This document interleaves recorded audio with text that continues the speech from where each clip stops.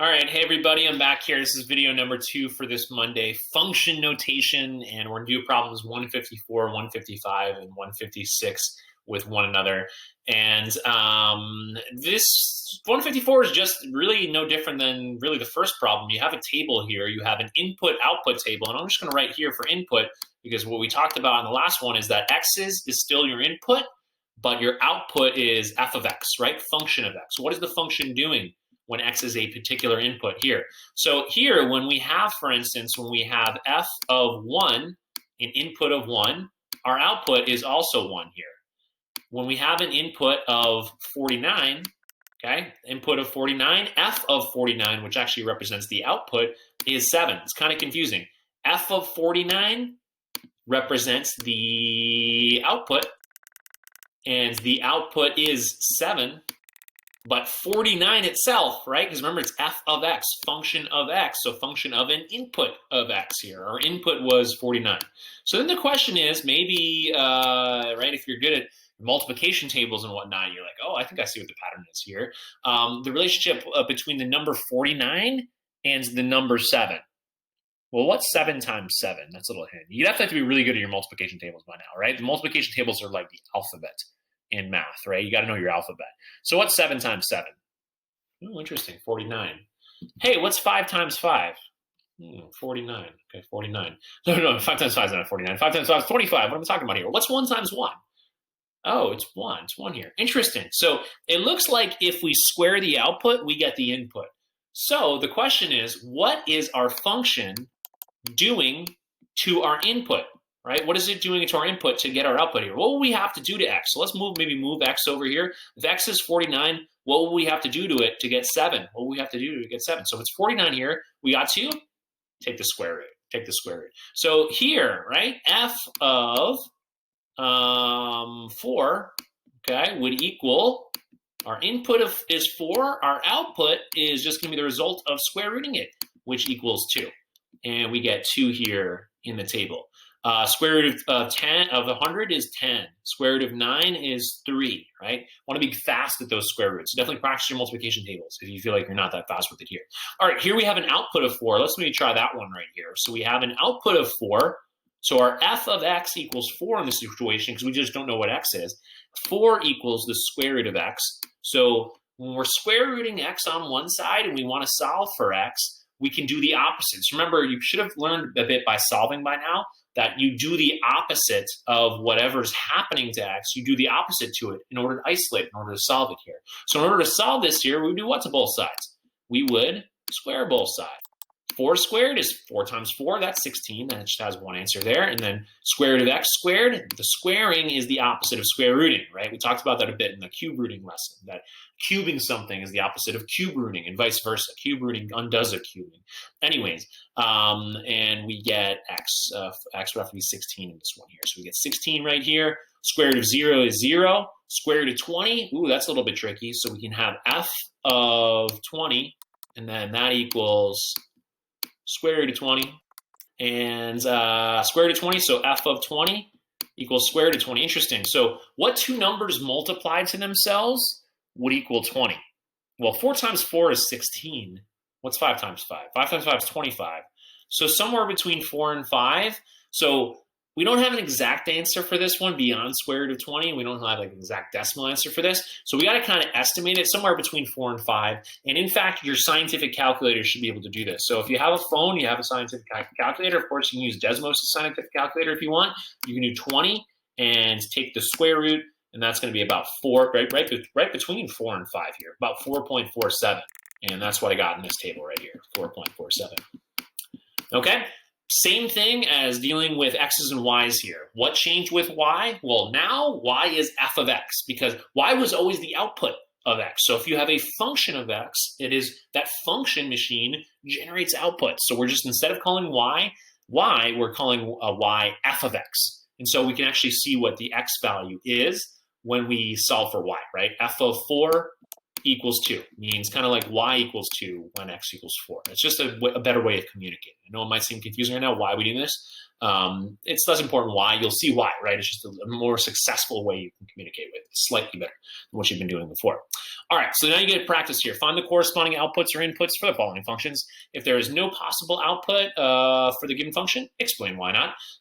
X equals -3, so let's do it here. So our input here is -3, and we do -2 times by -3 plus 4. Okay, so f of -3, we're trying to find the output of the function when x equals -3. We replaced x with -3 over here. And now we can solve for f of -3. Remember, you don't multiply over here, right? Left side stays the same. F of -3 just means the output of the function when x equals -3. So we do -3 times -2. That's +6. Two negatives multiply together, make a positive. Add 4 to it. F of -3 equals 10. What about this one? We'll do these first three for practice. Then you guys will do these. You'll check your answers afterwards. What about this one? F of -2. Output of when x is -2 is going to be -2 plus 3 is 1, right? -2 plus 3. We're going back to positive numbers then because 3 is larger than 2. We get 1. Square root of 1, this means the principal square root of 1. The positive square root of 1 is going to equal 1, right? 1 times 1 is 1, and 1's positive, so that's the principal square root, the positive square root. So here, f of -2 equals 1. We got to get f of 5 now in this one. So you notice here these functions are all different from one another. That's because these are different problems. So if you just have one function in a problem, it's going to be named function f. If you have two functions in a problem, they might name one f, function f, and another one function g. So g of x you'll see, or t of x if there's a third function or something, or h of x, right? It doesn't really matter. The letter here doesn't matter. Again, it's just function notation, the way you write down function here. All right, we go 5 cubes. Remember, 5 cubed is 5 times 5 times 5. And f of 5, because we had to cube that input, it's going to be 5 times 5 is 25. 25 times 5 is 125. So f of 5 equals 100. All right, you get the idea of inputs here. And with that, let's go ahead and jump on in here. You're going to have one where you have the output. Oops, I can't see me anymore. One where you have the output, and you got to get the input, and another one where you have the output. Got to get the input. So watch the last video if you are a little bit confused about what to do with part F and part G.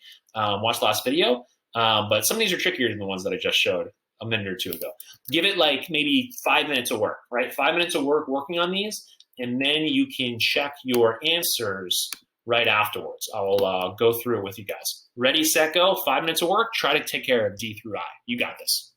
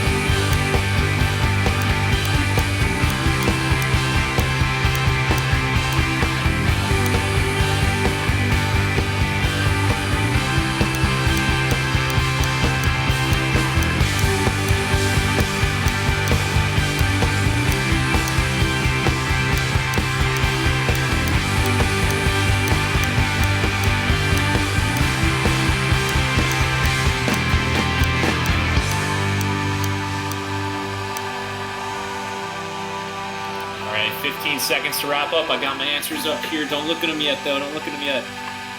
We'll go over them together. 8 seconds.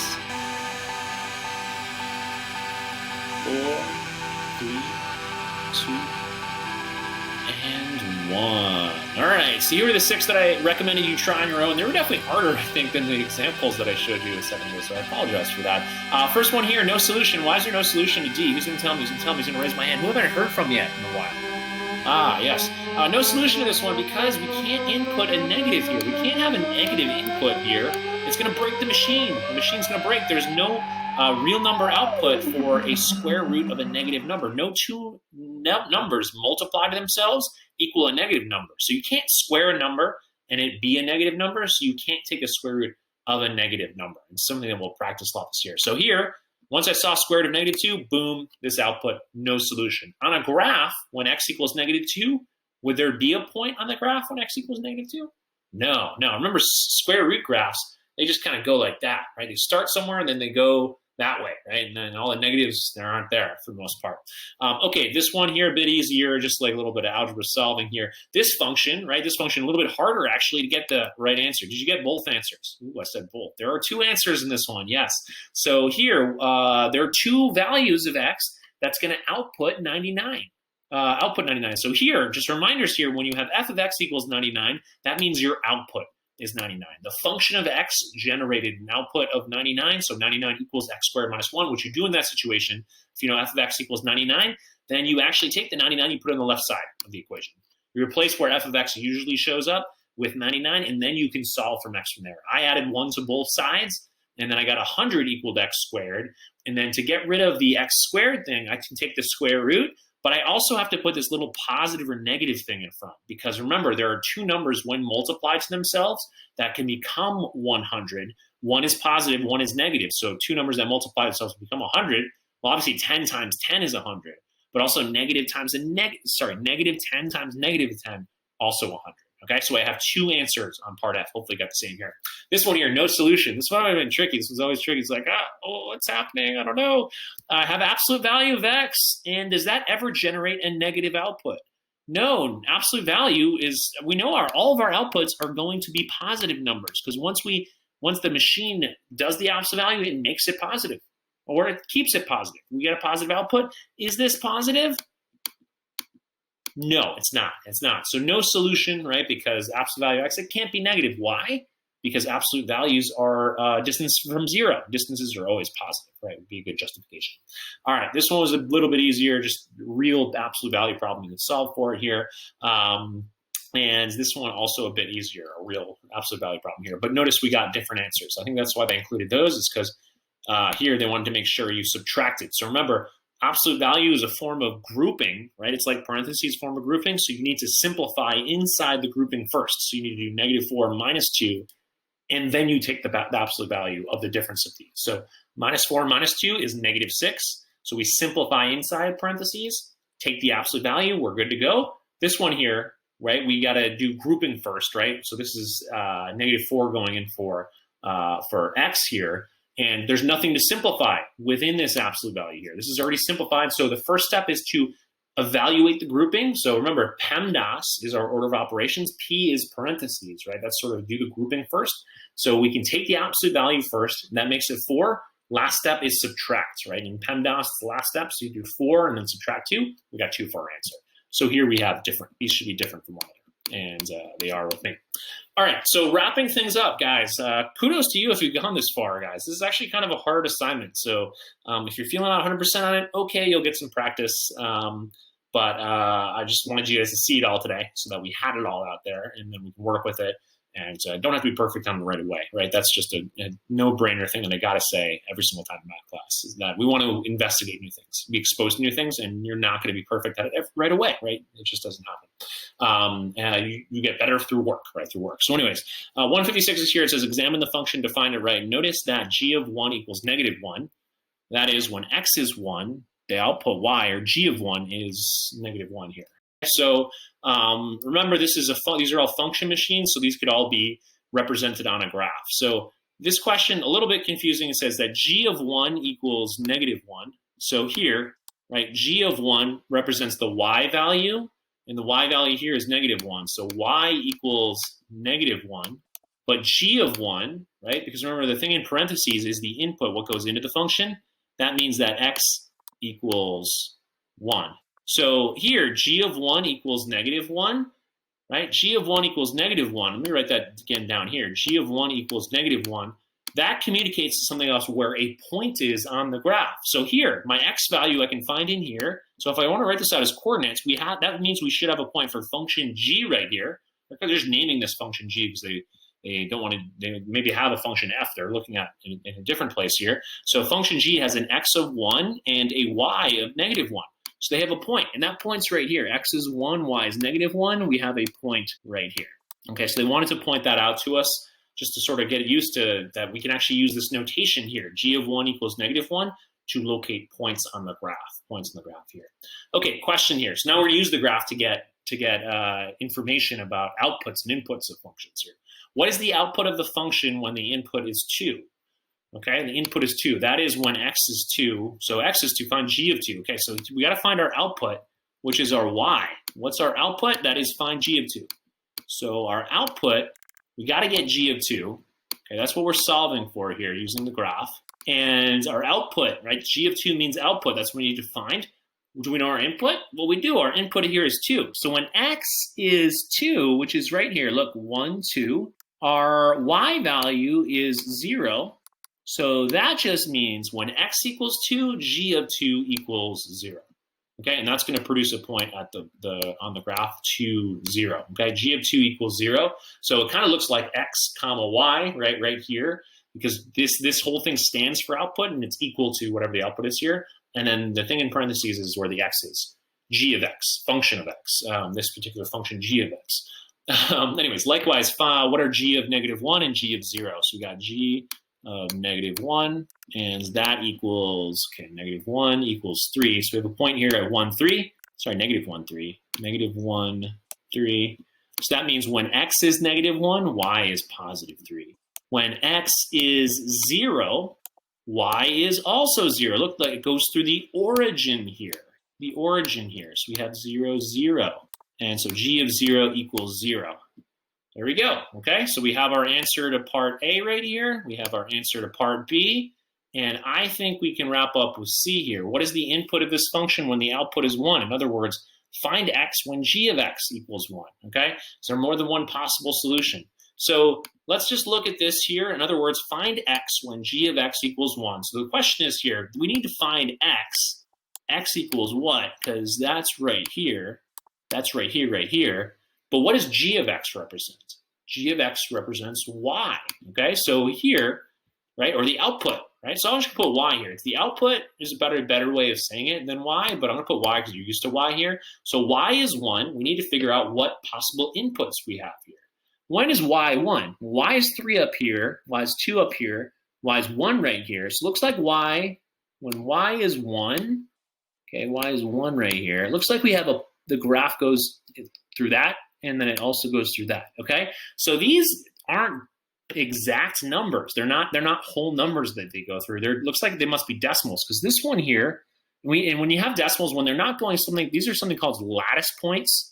When the grids kind of cross one another, they're called lattice points. That'll be something we talk about in chapter 2. But this point here is somewhere between 2 and 3 for x. So it's about 2.3 or so. Okay, about 2.3 or so. So for one of my answers here, I would have to use this point. Y equals 1. X is going to be between 2 and 3. So let's say between 2 and 3 is about 2.3 or so. So x, we'll find x. So let's put it this way. When g of what? Y equals 1. Well, one thing that x could be about 2.3. When x is about 2.3, y is about 1. And also when x is about, let's say, -0.4 or so, y is also 1. Okay, y is also 1. So answers here for this one is just that x equals 2.3. And I might use my about symbol, right? When you have them, the wavy thing there, hopefully you've seen that before. The wavy symbol here, it means about. X equals 2.3 or about -0.4. And that's what I get for that one here. Okay, so that was a lot. It's a lot, but again, just a reminder, when you get a lot, stuff just is being introduced to you. So email me if you have any questions, ask if you have any questions, but just know we'll practice this. We'll get better at it. Do you need to be perfect at it right away? No, but it's helpful to get something introduced to you so that you can practice it moving on. Thanks for watching, guys, and thanks to you for completing this. I know on paper it was only 5 problems, but it was kind of a lot to think about. So hopefully it didn't overwhelm Your Wednesday. I will see you again on Friday. Bye.